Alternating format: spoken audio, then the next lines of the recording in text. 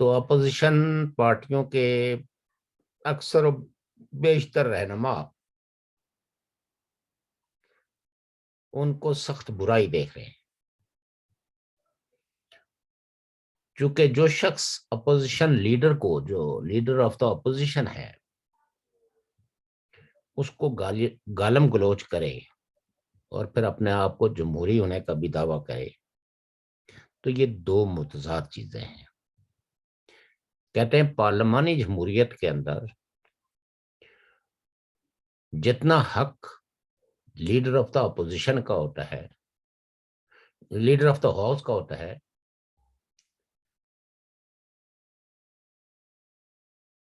Leader of the opposition بھی اتنے ہی حقوق رکھتا ہے۔ پارلیمان کو چلانے کی جتنی ذمہ داری لیڈر آف دا ہاؤس پہ ہے، اتنی ہی لیڈر آف دا اپوزیشن پہ ہے، لیکن لیڈر آف دا اپوزیشن پہ اس وقت یہ ذمہ داری عائد ہوتی ہے جس وقت لیڈر آف دا ہاؤس پارلیمان کو چلانے میں سنجیدہ نظر آئے، اس کی کوئی کوششیں ہوں۔ لیکن اگر لیڈر آف دا ہاؤس ہی پارلیمان کو یا پارلیمنٹ کو بلڈوز کرنے کے درپے ہو اور پارلیمنٹ کے اندر تو میں کو فروغ دے اور کثرے وزارت عظمیٰ سے اپوزیشن کے رہنماؤں کو مختلف نک نیموں سے پکارے، گالم گلوچ کرے، ان کو برا بلا کہے، تو یقیناً تفاوت جو ہے وہ بڑھ جاتی ہے۔ اسی لیے کہتے ہیں کہ جو سنجیدہ حکومتیں ہیں وہ اپوزیشن کو مخاطب کرتے ہوئے سخت احتیاطی تدابیر اختیار کرتی ہیں اور لفظوں کا چناؤ بھی پارلیمانی رکھتی ہیں، تاکہ پارلیمان کے کسی ممبر کو یہ گمان نہ گزرے کہ اس کی حق تلفی ہو رہی ہے یا اس کی تذلیل ہو رہی ہے۔ یہ تو پاکستان کے لوگ اور ساری دنیا اور جو لوگ میڈیا سے وابستہ ہیں وہ جانتے ہیں کہ اس میں ہمیشہ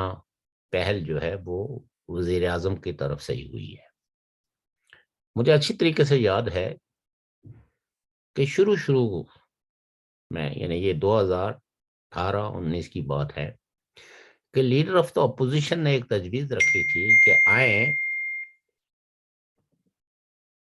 ایک معاشی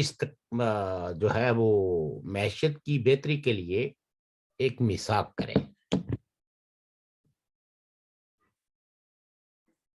سب مل جل کے پاکستان کی معاشی صورتحال کو، معیشت کی صورتحال کو بہتر بنانے کے لیے اپنی تمام تر صلاحیتوں کو بروئے کار لائیں۔ تو اس کا جواب ہے لیڈر آف دا ہاؤس نے دیا کہ یہ این آر او مانگ رہے ہیں۔ این آر او کا مطلب اس وقت تک پاکستان میں سمجھا نہیں جا رہا ہے، کیونکہ این آر او جو دینے والی طاقتیں ہوتی ہیں ان کی اپنی ضرورت ہوتی ہے تو کسی کو این آر او دیتی ہے، اگر ان کی اپنی ضرورت نہ ہو تو وہ این آر او نہیں دیتی۔ لیکن این آر او کا مطلب اگر یہ لیا جائے، جو ماضی میں جس این آر او بہت مشہور ہوا پاکستان کی سیاست میں، وہ تھا بینظیر بھٹو صاحبہ اور جنرل پرویز مشرف کے درمیان ہونے والا دبئی میں وہ 2007 میں، جس میں کہ کچھ یک طرفہ طور پر مشرف صاحب نے جو آئینی ترامیم کی تھی، جس میں ایک ترمیم یہ تھی کہ 2 دفعہ وزیر اعظم جو رہا ہو وہ 3 دفعہ وزیر اعظم کا امیدوار نہیں بن سکتا، وزیر اعظم نہیں بن سکتا۔ اور دوسرا نقطہ سینارو کا یہ تھا کہ وہ تمام پولیٹیکل موٹیویٹڈ کیسز جو ہے وہ حکومت وڈرا کرے گی اور سیاسی رہنماؤں کو سیاست میں حصہ لینے پہ کسی قسم کی کوئی پابندی نہیں ہوگی. اور یہ معاہدہ اس وقت ہوا جب ابھی تک بینظیر بھٹو صاحبہ جو ہے وہ جلا وطن تھی، نواز شریف صاحب بھی جلا وطن تھے، اور یہ لندن میں ایک اپوزیشن پارٹیوں کی ایک بہت بڑی کانفرنس ہوئی جس میں تقریباً پاکستان کی ساری قابل ذکر پارٹیاں سوائے ان پارٹیوں کے جو جنرل پرویز مشرف صاحب کی اٹاری تھی شریک ہوئی، اور انہوں نے ایک ڈاکومنٹ سائن کیا جسے میثاق جمہوریت کہتے ہیں، جس میں کچھ تو کنفیشنز تھی کہ ہم ماضی میں ایک دوسرے کی حکومتوں کو ڈی اسٹیبلائز کرنے کے لیے جو اسٹیبلشمنٹ کے لیے کندھے فراہم کرتے رہے، آئندہ ہم ایسا نہیں کریں گے. اعتراف بھی تھا اور عزم بھی تھا. اور اتفاق سے اس کانفرنس میں عمران خان صاحب بھی شامل تھے، ان کی پارٹی، اور بنفس نفیس خود بھی. سب لوگوں کو پتا ہے کہ اس وقت پاکستان میں ایک تحریک چل رہی تھی عدلیہ بحالی کی، اور اس پہ پیپلز پارٹی کو چھوڑ کے باقی تقریباً ساری ہی پارٹیاں اس بات پہ متفق تھی کہ جو چیف جسٹس افتخار چودھری اور ان کے جتنے بھی اس وقت سپریم کورٹ کے یا ہائی کورٹ کے ججز تھے جنہوں نے انڈر پروٹیسٹ ریزائن کیا اور ایل ایف او کو پر حلف نہیں لیا، ان کو بحال کیا جائے گا، اور اس کو نام دیا گیا عدلیہ بحالی اور عدلیہ آزادی. یعنی عدلیہ کی آزادی کے لیے، اور جن ججز کو جبرن یا تو گھر بھیج دیا گیا یا ان کو سروسز سے ختم کیا گیا، ان کو بحال کرا کے ان کو دوبارہ اپنے عہدوں پہ لانا.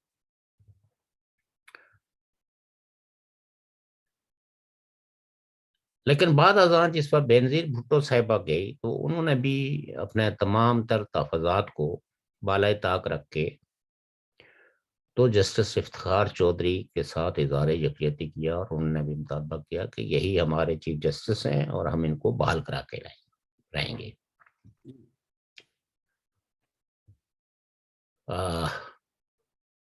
مسلم لیگ نون نے اس وقت ایک قدم ذرا تھوڑا سا آگے کا لیا کہ اپنے تمام ایم این ایز اور ایم پی ایز جن کو مسلم لیگ نون نے ٹکٹ جاری کیا، ان سے یہ حلف لیا کہ وہ عدلیہ کی بحالی میں اپنا بھرپور کردار ادا کریں گے اور کسی بھی حکومت کے ساتھ کوئی تعاون نہیں کریں گے جو عدلیہ بحالی میں رکاوٹ بنے گی. شروع میں آپ کو پتا ہے کہ نون لیگ اور پیپلز پارٹی نے ایک کولیشن گورنمنٹ بھی بنائی، اس میں کچھ وزراء جو ہے وہ مسلم لیگ نون کی طرف سے بھی تھے. لیکن جس وقت ججز کی بحالی میں پیپلز پارٹی کی حکومت جو ہے وہ لہت و لحل سے کام لینے لگی تو بلاخر انڈر پروٹیسٹ جو مسلم لیگ نون کے جو کیبنٹ کے ممبران تھے وہ استعفیٰ دے کے باہر آ گئے. پھر یہ بھی دیکھا ہم نے کہ پنجاب میں جو نون لیگ کی حکومت بنی تھی اس کو ڈیزالو کر دیا گیا، لیکن وہ بعد ازاں پھر بحال ہو گئی. اور سپریم کورٹ نے نواز شریف صاحب کے جو کیسز یا جو خلاف تھے ان کیسز کو سماعت کیا گیا بقول بعض وکلا کے کہ چونکہ رس جوڈیکیٹا ایک خاص مدت کے اندر اگر آپ اپیل نہ دائر کریں تو پھر وہ زائد المعیار ہو جاتی ہے اپیل، پھر آپ کو اپیل کا حق نہیں رہتا، اور اس کو قانون کی نظر میں کہتے ہیں کہ ریس جوڈیکیٹا لگ گیا. جی لیکن وہ اپیل ان کی سنی گئی اور بلاخر ان کو بھی الیکشن میں حصہ لینے کا اختیار مل گیا، اور ان پر جو اس وقت مقدمات قائم کیے گئے تھے ان سب کو ان کو بری کر دیا گیا. تو اس طرح ایک نارمل پروسیجر بحال ہو گیا الیکشن میں حصہ لینے کے لیے. یہ تمہید میں نے اس لیے کی کہ آپ کے ناظرین کو موجودہ صورتحال سمجھنے میں تھوڑی سی مدد ملے کہ اس وقت جو پولیٹیکل فورسز تھی انہوں نے بعض معاملات پہ ایک دوسرے سے اختلاف بھی کیا، ایک دوسرے پہ تنقید بھی کرتے تھے، لیکن بعض ایسے مسائل جو جمہوریت کے بقا کے لیے تھے اس میں ایک دوسرے سے تعاون بھی کیا. یہی حال جب نون لیگ اقتدار میں آ گئی، اگرچہ چونکہ یہ بھی پاکستان کی ایک روایت ہے بدقسمتی سے کہ کوئی کسی بھی الیکشنز کو آج تک یہ سرٹیفکیٹ نہیں مل سکا کہ اس میں دھاندلی نہیں ہوئی ہے. ان کو کہا گیا کہ یہ این آر اوز نے کرائے ہیں، اور یہ الیکشن دراصل این آر اوز کے تھے، اور انہوں نے نون لیگ کو جتوایا. اس پہ بہرحال پیپلز پارٹی تو انڈر پروٹیسٹ اسمبلی میں چلی گئی،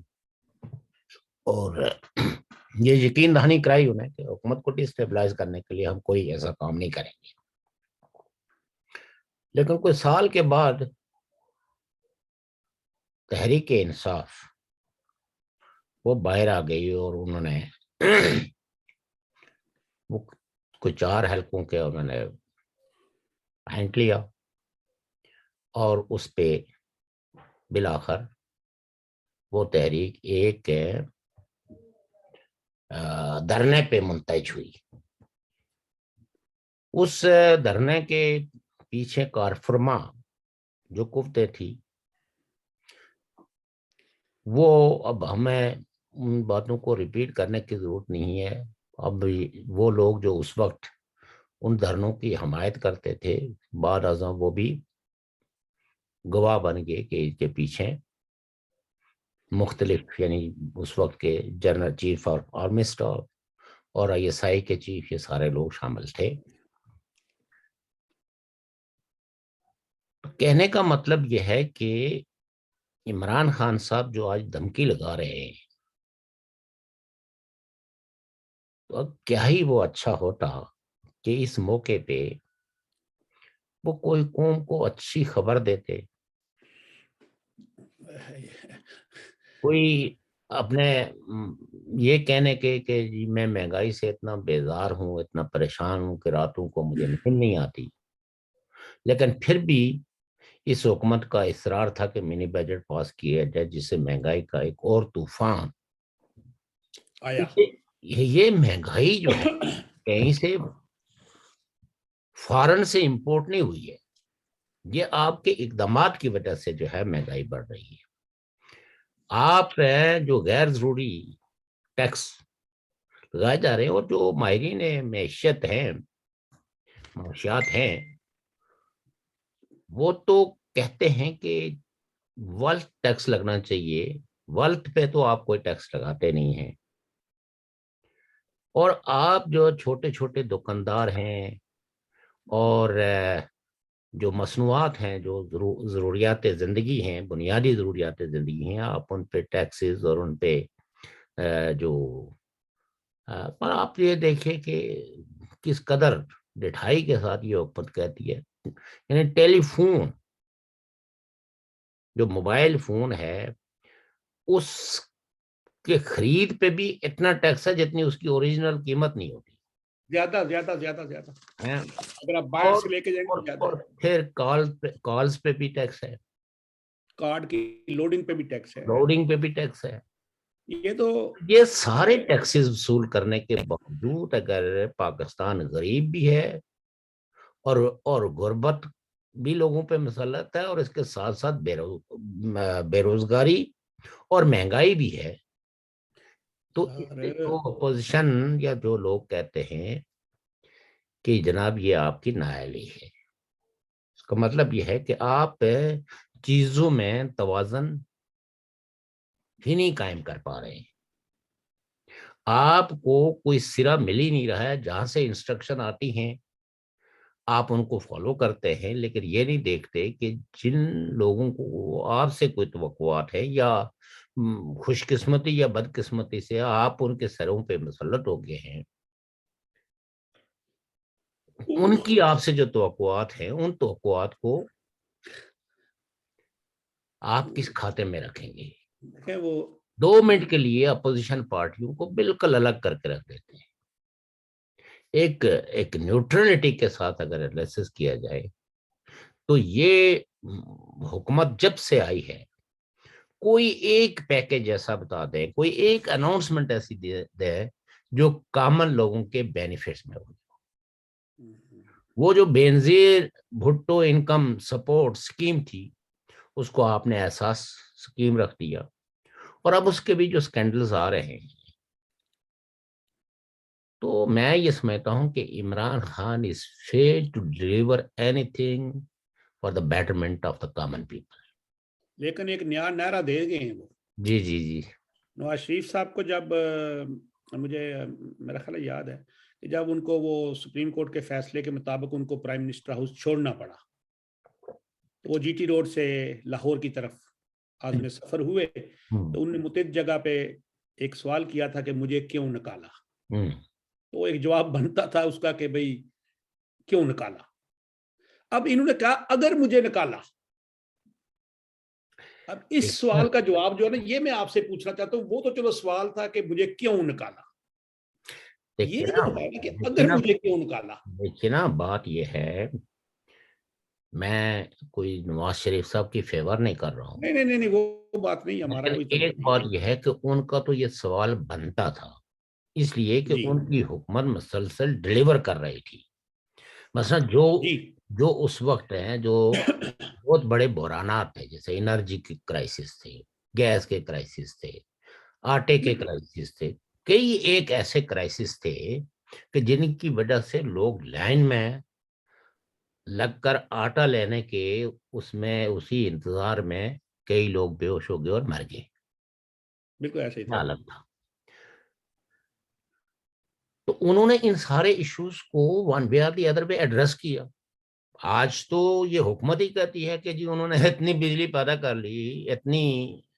فاضل بجلی ہمارے پاس پیسے نہیں ہے کہ اس کا وہ ہم خرید ہم اس کو مینٹین کر سکیں یا خرید سکیں. تو سوال یہ پیدا ہوتا ہے کہ آپ جس بحران کا جس ڈیفیشنسی کا شکار تھے آپ نے اس سے تو آپ کو سرپلس کر دیا نا. جی گیس کے بھی جو معاہدے ہوئے بہت شور اٹھا،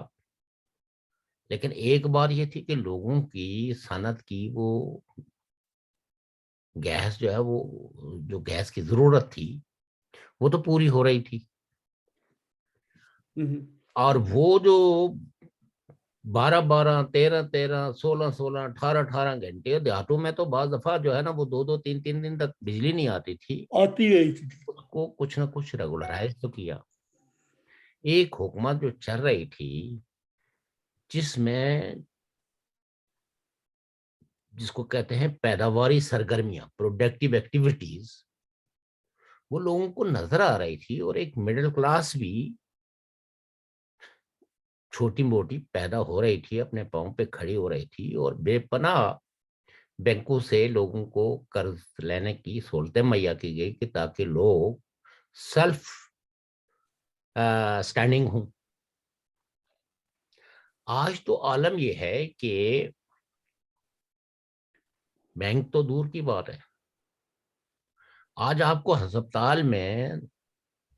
دوائی کہنے کو تو آپ نے ایک کارڈ دے دیا جس کو صحت کارڈ کہتے ہیں کہ 10 لاکھ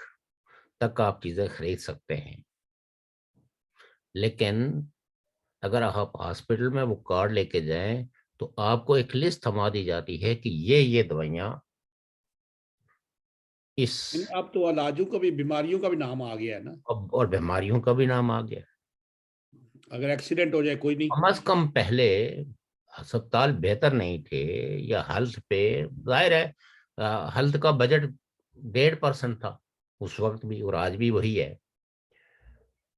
لیکن ایک بات تو یہ تھی نا کہ آپ کسی ہاسپٹل میں جا کے چلو کچھ تھوڑی بہت اپنی مدد امداد کر کے، تو دوائیوں کی اویلیبلٹی تو تھی مارکیٹ میں. آج تو آپ نے را مٹیریل، میڈیسن کے را مٹیریل پہ آپ نے جو ٹیکس لگا دیا ہے، تو یہ تو عام آدمی کی خرید سے ہی آگے چلی گئی ہے. تو سو کہنے کا مطلب یہ ہے کہ یہ سب جتنے بھی باتیں ہیں پاکستان کی سیاست میں، اس سے ایک چیز نظر آ رہی ہے کہ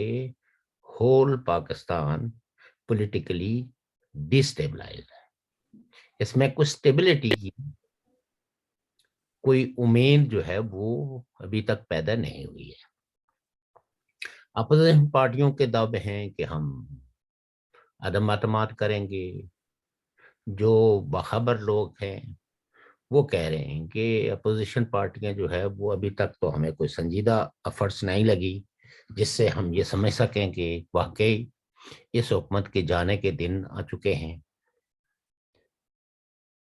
لیکن کچھ اپوزیشن رہنماؤں نے یہ کہا ہے کہ اب جو بھرپور سپورٹ تھی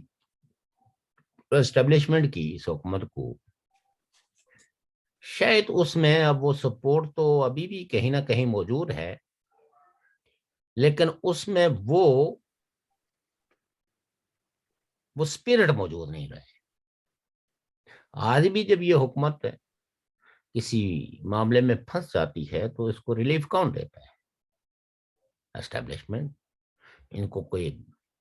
کسی آرڈیننس کو اسمبلی کے سے منظور کرانا ہو تو نیشنل اسمبلی میں ممبران کی تعداد کو کون پورا کرتا ہے؟ یہ تو سارا پاکستان اس پہ گواہ ہے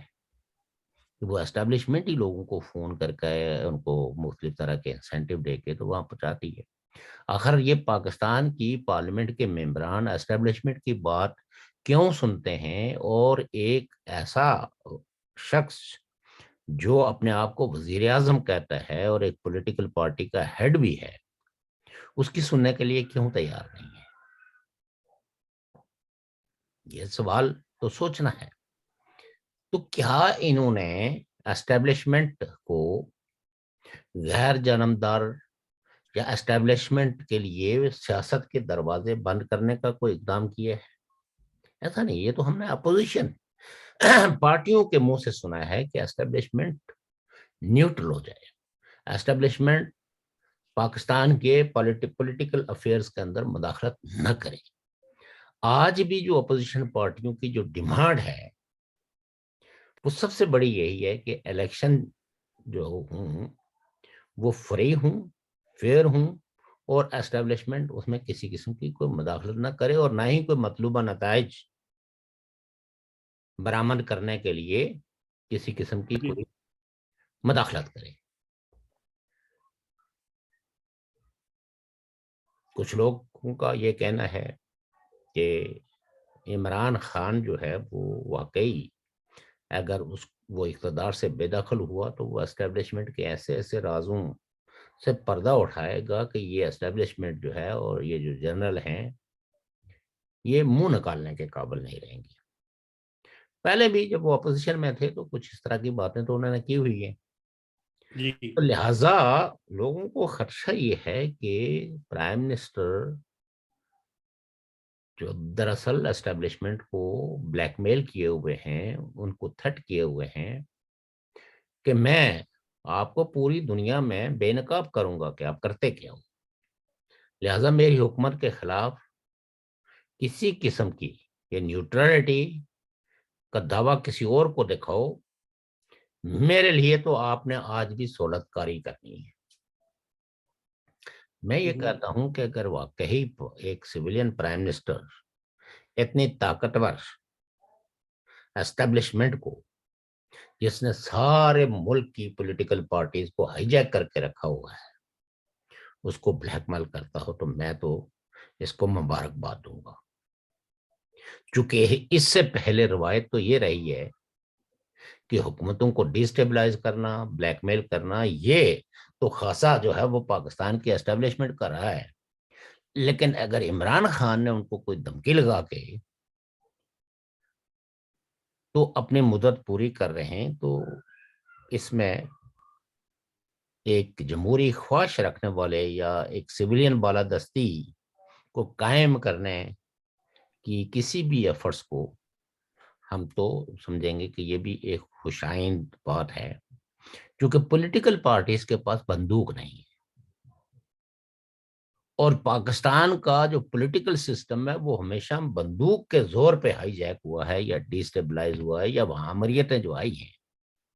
ابھی بھی آج کل جو بڑا شور ہو گیا ہے صدارتی نظام کا،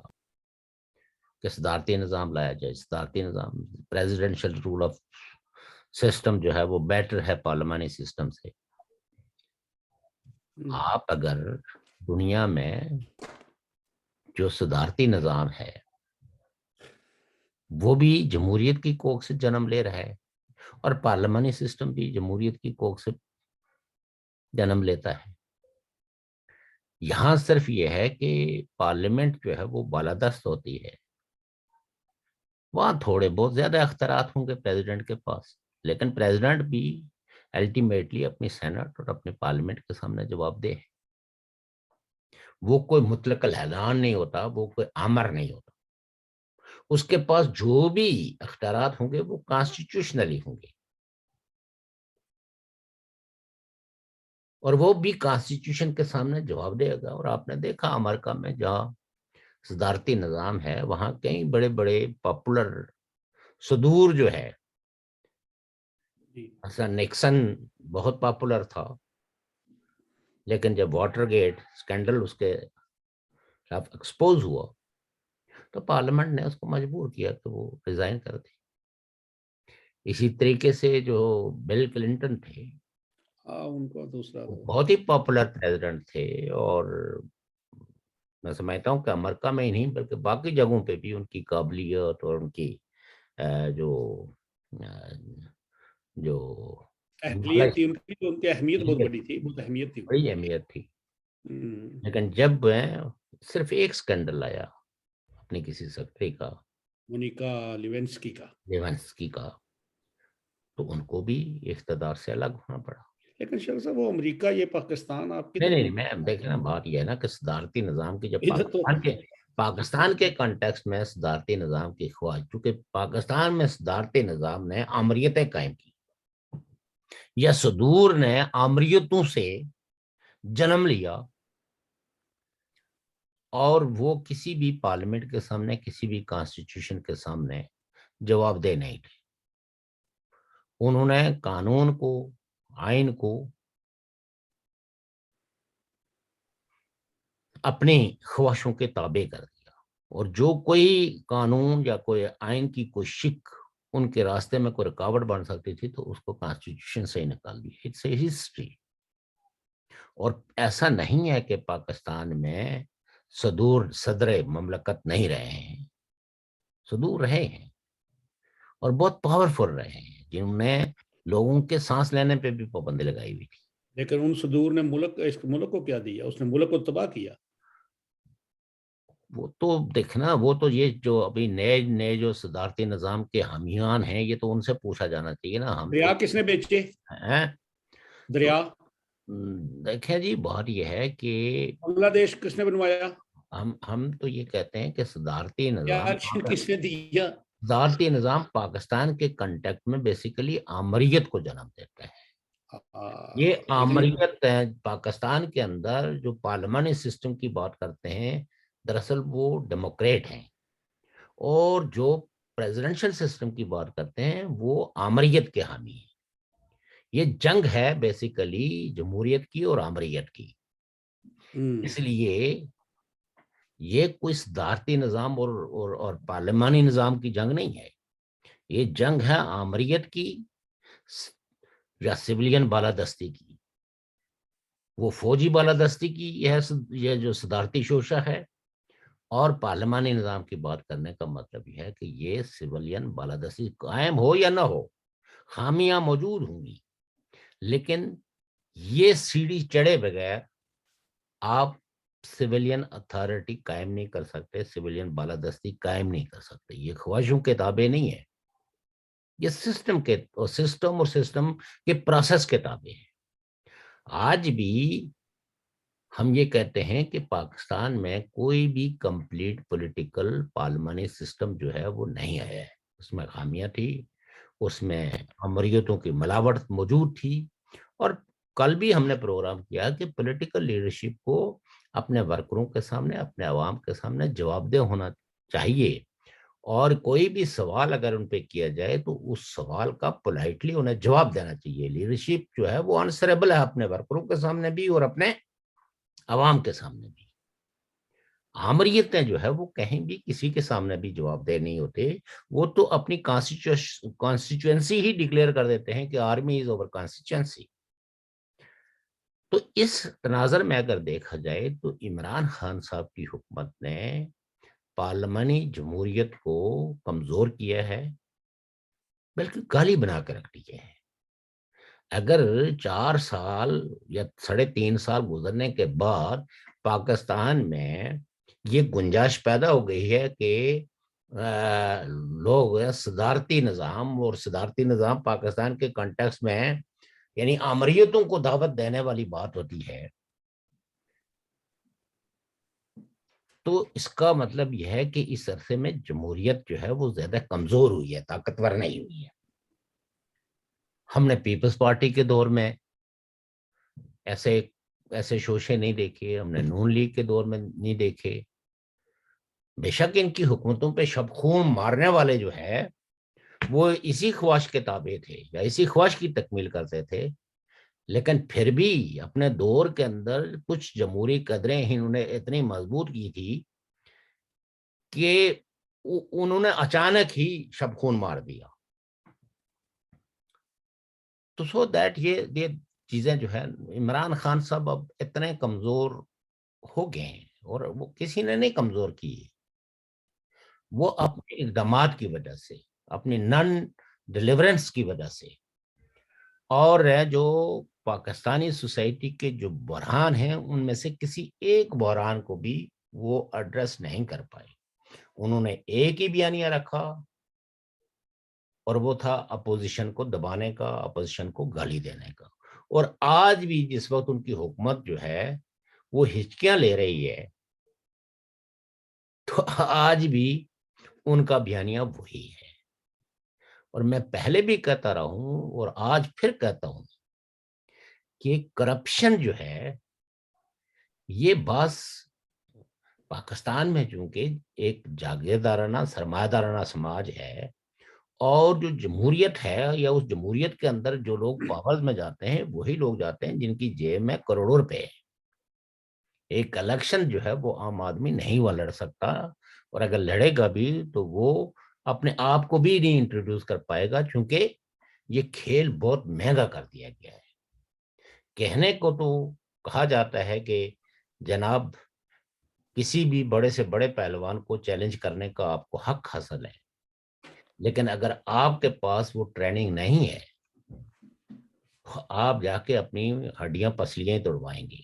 تو جب آپ کے پاس وہ وسائل نہیں ہیں تو آپ یقیناً اس سسٹم کے اندر کسی کوئی مقابلہ آرائی نہیں کر سکتے۔ لیکن سوال یہ پیدا ہوتا ہے کہ کرپشن جو ہے وہ کیا جاگیردارانہ سرمایہ نظام کی کوکھ میں ہی نہیں پلتی؟ یہ اس نظام کا ایک حصہ ہے۔ ہاں، آپ اگر اپنی ساری اکانومی کو لیگلائز کر دیں، یعنی 100% آپ کے ملک کے اندر جو اکانومی رن ہو رہی ہے وہ لیگلائزڈ ہے۔ جس ملک کے اندر لیگل اکانومی کو کوئی تحفظ حاصل نہیں ہے اور اللیگل اکانومی پریویل کرتی ہے، کسٹم پیڈ گاڑیاں جو ہے وہ 50 لاکھ کی ہیں، اور نان پیڈ جو گاڑیاں جو ہے وہ وہی اسی معیار کی، اسی ماڈل کی، وہ 2-2 لاکھ میں جو ہے نا سڑکوں پہ۔ تو یہ سسٹم کے فیلئر کو کسی لیڈر کے ساتھ، کسی پارٹی کے ساتھ وابستہ کر دینا، یہ درست سوچ نہیں ہے۔ یہ عمران خان کا بانچ پن تھا کہ جنہوں نے یہ بیانیہ قوم کے سامنے رکھا کہ ڈیو ٹو کرپشن پاکستان غریب ہے. اور کرپشن بھی کہا کہ جی یہ آصف زرداری اور شریف فیملی, یعنی باقی آپ نے پورے سسٹم کو ایک طرح کی کلین چٹ دے دی, اور ایسا کوئی قدم نہیں اٹھایا جس سے پاکستان میں جو لیگل اکانومی ہے وہ پریویل کرے ہو اور انلیگل اکانومی کے لیے مشکلات پیدا ہوں, بلکہ انلیگل اکانومی نے اور زیادہ گرو کیا اس عرصے میں, سمگلنگ کی, اور جو ادھر ادھر سے سمگل ہونے والی مصنوعات پاکستان میں ان کی ریل پیل ہے. اور جو آدمی گاڑیوں کی کا شو روم کھول کے بیٹھا ہوا ہے اس کی گاڑی کی طرف کوئی دیکھ بھی نہیں رہا. تو کہنے کا مطلب یہ ہے کہ جو ملک یا جو قیادتیں اپنی اکانومی کو ان پروسیس اس کو تحفظ فراہم کرتے ہیں, لیگل اکانومی کو اور انلیگل اکانومی کو اپنی سوسائٹی سے بے دخل کرنے کے اقدامات کرتے ہیں, تو الٹیمیٹلی ملک جو ہے وہ ترقی کرتے ہیں, خود ان میں ایک طرح کے اپنے پاؤں پہ کھڑا ہونے کی صلاحیت پیدا ہوتی ہے. کیونکہ لیگل اکانومی آپ کی بیوروکریسی کو پالتی ہے, آپ کی فوج کو پالتی ہے, آپ کے تمام سول سروینٹس کی پرورش کرتی ہے, اور انلیگل اکانومی چند افراد کو کرتی ہے. تو جب تک عمران خان صاحب لیگل اکانومی اور انلیگل اکانومی جو پاکستان میں ہے اس کے بارے میں اپنا بیانیہ درست نہیں کریں گے اور وہ ٹارگٹ کریں گے کرپشن کرپشن کے نعرے لگا کے, تو یہ کرپشن تو پھیلتی رہے گی, اور اس کرپشن کے دروازے بند ہونے کے بجائے اس پہ نئے نئے طریقوں سے دروازے کھلتے رہیں گے. اور یہی وجہ ہے کہ ٹرانسپیرنسی انٹرنیشنل نے جو انڈیکس جو پرسپشن جاری کی ہے وہ کی ہے کہ اس حکومت کے دور میں کرپشن زیادہ ہوئی ہے. یہ کوئی میں تو نہیں کہہ رہا ہوں, ایک وہ ادارہ جس ادارے کو جب آپ اپوزیشن میں تھے تو ہر وقت لہراتے تھے. پھر یہ ہے کہ اس وقت بجلی کی جو قیمت تھی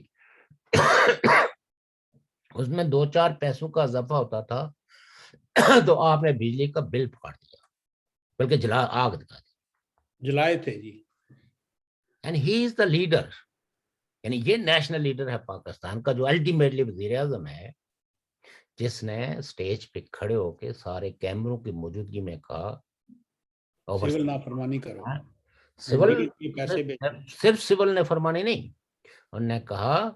کہ overseas Pakistani should send money through the حوالہ تھرو دا. کل آپ کو پتا ہے کیا ہوا فرانس میں؟ جی ہاں, 11 لوگ پکڑے گئے پاکستانی. جی ہاں, وہ میں نے منی لانڈرنگ کا مسئلہ, اور ملین کا یورو کا ہے, اور 1 ملین تو ان کے اکاؤنٹ سے بھی محل کوئی پکڑے ہیں, اور ابھی تو مزید پتہ نہیں کیا ہوگا. جی, اور یہ دیکھا نا جب ایک پرائم منسٹر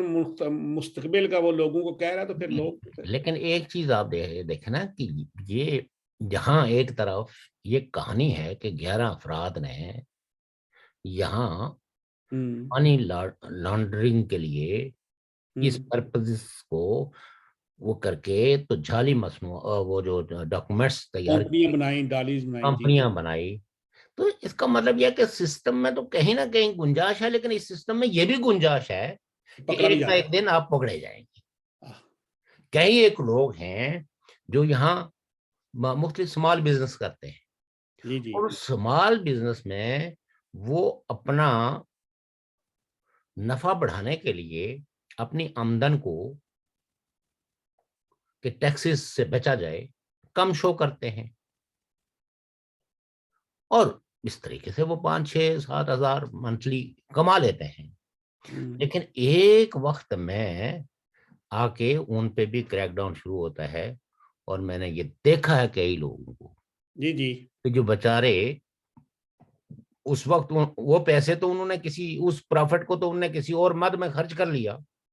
لیکن اس وقت حکومت کی طرف سے نوٹسز آئے تو کئی دکانوں پہ تالے, کئی اسمال بزنسز بند ہوتے ہوئے بھی ہم نے دیکھا. بالکل ایسا ہی ہوتا ہے. کا مطلب یہ ہے کہ یہاں یورپ میں یا ایڈوانس سوسائٹیز کے اندر ایک سسٹم ہے, اس سسٹم میں تھوڑا بہتا آپ جھوٹ فراڈ کر کے تو آپ کچھ پیسوں کو حاصل کر سکتے ہیں، لیکن ایک نہ ایک دن آپ کو قانون کے سامنے جواب دہ ہونا پڑتا ہے۔ بالکل تو ایسا ہی ہے۔ لہذا جب آپ کوئی اس ملک میں کوئی پروسیس لگائیں گے، کوئی کوئی پیکج تیار کریں گے لیگل اکانومی کے تحفظ کے لیے، اور سختی سے اگر آپ یہ قانون پاس کر دیں کہ جو گاڑیاں سمگل ہو کے آئی ہیں ان کو کسی صورت میں بھی پاکستان کی سڑکوں پہ نہیں چلنے دیا جائے گا، تو میرے خیال میں لوگ 10 دفعہ سوچیں گے نان کسٹم پیڈ یا وہ جو سمندری راستوں سے یا مختلف ملکوں سے داخل ہو کے تو وہاں کی لیگل اکانومی کو زیرو پہ لے جاتی ہیں، مائنس پہ لے جاتی ہیں۔ آپ وہ کچھ تو چونکہ اس میں بڑے بڑے طاقتور لوگ شامل ہیں، اور ایسے لوگ شامل ہیں جو آرمی کے، مثلا جو بلوچستان سے جو سمگلنگ ہوتی ہے، دبئی سے کشتیوں کے ذریعے، بحری جہازوں کے ذریعے جو سمگلنگ ہوتی ہے، جس نے آپ کی ٹیکسٹائل کو بھی کرائسس میں ڈالا ہوا ہے، آپ کی جو آٹو موبائل کی صنعت ہے اس کو بھی کرائسس میں ڈالا ہوا ہے، تو بارڈرز پہ ہوتے کون؟ کوسٹ گارڈ کس کے انڈر ہوتی ہے؟ تو ظاہر ہے کہ یہ کرپشن جو ہے وہ کوئی سول بندہ تبھی کر سکتا ہے کہ جس وقت اس کو کسی بڑے کی سرپرستی حاصل ہو، جس کے پاس پر وہ طاقت ہو، جس طاقت کو چیلنج کرنے کی آپ کی پولیس میں، آپ کے کسٹم آفیسر میں ہمت نہیں۔ تو ان باتوں کی طرف دھیان دینے کے، ان راستوں کو روکنے کے، آپ نے تو اپنے ہی پارلیمان کا جو حصہ ہے، جو سب سے اہم حصہ ہے، آپ آج بھی اسی کے خلاف بات کر رہے ہیں کہ میں تو لیڈر آف دا اپوزیشن مانتا نہیں ہوں، یہ نہیں مانتا۔ آپ کے ماننے نہ ماننے سے کیا ہے؟ ان کے پیچھے تو 160 کے قریب نیشنل اسمبلی کے ممبران کھڑے ہیں، جس میں پیپلز پارٹی کے بھی ہیں، جس میں نون لیگ کے بھی ہیں، جس میں جمعیت العلماء اسلام کے بھی ہیں، جس میں بلوچستان سے بھی ہیں، جس میں پشتونخوا سے بھی ہیں۔ تو جب ایک لیڈر آف دا ہاؤس اتنا بھوکس، اتنی نفرت اور اتنا نن پروڈکٹیو بات کرے، انلیگل بات کرے، تو وہاں جمہوریت تو نہیں پھلتی پھولتی نا میرے دوست۔ وہاں تو پھر اس جمہوریت کے بارے میں نجومی بیٹھ کے فیصلہ کریں گی کہ یہ حکومت، آپ دیکھیں نا پاکستان میں اس وقت نجومیوں کی ایک ایک اکثریت ہے، اور وہ روزانہ پیشن گوئیاں دیتے ہیں کہ جناب، اور میں نے دیکھا ہے وہ جو ان کو بہت طاقتور کہتے تھے، آج کل وہ کہتے ہیں کہ ان کا بچنا مشکل ہے۔ اب تو نجومیوں نے بھی کہنا شروع کر دی ہے۔ میرا تو نجومیوں کے بارے میں خاص کر کے پاکستانی کانٹیکس میں ہمیشہ سے ایک ویو رہا ہے کہ یہ کوئی ستاروں کا علم دیکھ کے پیشن گوئیاں نہیں کرتے، یا ان کے پاس کوئی خصوصی علم نہیں ہے، بلکہ ان کو پیشن گوئیاں دی جاتی ہیں کہ یہ پریڈکشن کریں، اور آپ کی پریڈکشن کو سچا ثابت کرنے کے لیے ہم کام کر رہے ہیں۔ لہٰذا وہ بیٹھ کے بڑے اطمینان کے ساتھ کہہ دیتے ہیں۔ کچھ تھوڑے تھوڑے سیانے ہوتے ہیں تو وہ ذرا بات اس طرح کی رکھ دیتے ہیں کہ دوسرے دن بھی بیٹھنے کا ان کو موقع مل جائے۔ جو زیادہ یقین کرتے ہیں تو وہ آ کے ڈرگ سے بات کر دیتے ہیں۔ تو پاکستان کے، یعنی اس ساری گفتگو کا مطلب یہ ہے کہ پاکستان کے کرائسس دن بہ دن بڑھ رہے ہیں، کم نہیں ہو رہے ہیں،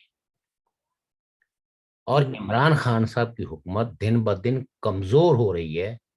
طاقتور نہیں ہو رہی ہے۔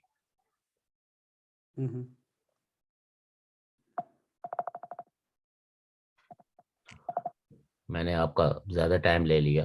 نہیں ٹھیک ہے، بالکل چل رہا ہے۔ جی بات یہ ہے شوکت صاحب کہ بات تو آپ کی بالکل درست ہے کہ اب عمران خان صاحب جو ہیں انہوں نے اپوزیشن سے بھی کوئی بنا کے نہیں رکھی،